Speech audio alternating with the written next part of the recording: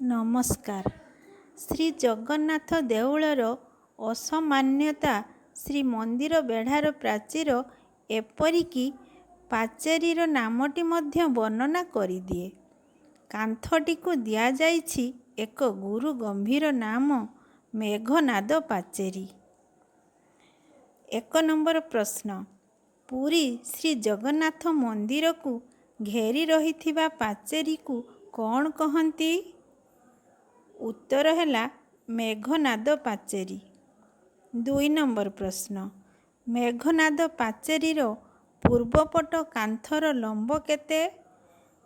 ଉତ୍ତର 644 foot. 3 number ପ୍ରଶ୍ନ, ମେଘନାଦ ପାଚେରୀର ଦକ୍ଷିଣ ପଟ କାନ୍ଥର ଲମ୍ବ କେତେ? ଉତ୍ତର 665 ଫୁଟ। 4 ନମ୍ବର ପ୍ରଶ୍ନ, ମେଘନାଦ ପାଚେରୀଟି ସମୁଦାୟ କେତେ ପରିମିତ ସ୍ଥାନକୁ ବେଢ଼ାଇ ରଖିଛି? ଉତ୍ତର 4,28,260 ବର୍ଗ ଫୁଟ। 5 ନମ୍ବର ପ୍ରଶ୍ନ, ମେଘନାଦ ପାଚେରୀର ହାରାହାରି ଉଚ୍ଚତା କେତେ? ଉତ୍ତର 22 ଫୁଟ। 6 ନମ୍ବର ପ୍ରଶ୍ନ, ପାଚେରୀର ଉସାର କେତେ? ଉତ୍ତର 19 ଫୁଟ ପର୍ଯ୍ୟନ୍ତ ଉସାର 7 ଫୁଟ ଏବଂ ତା ଉପରକୁ 3 ଫୁଟ।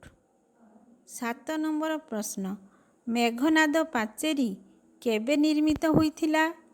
ଉତ୍ତର 1448 ମସିହାରେ। 8 ନମ୍ବର ପ୍ରଶ୍ନ, ମେଘନାଦ ପାଚେରୀ କେଉଁ ପାଇଁ ନିର୍ମିତ ହୋଇଥିଲା? ଉତ୍ତର ଶ୍ରୀମନ୍ଦିରକୁ ଶତ୍ରୁ କବଳରୁ ରକ୍ଷା କରିବା ନିମନ୍ତେ। 9 ନମ୍ବର ପ୍ରଶ୍ନ, ମେଘନାଦ ପାଚେରୀ କିଏ ନିର୍ମାଣ କରିଥିଲେ?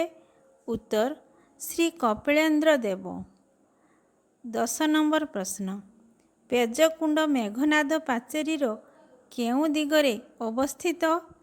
ଉତ୍ତର ଦକ୍ଷିଣ ଦିଗର ପୂର୍ବ ପଟକୁ ଅବସ୍ଥିତ। ଧନ୍ୟବାଦ।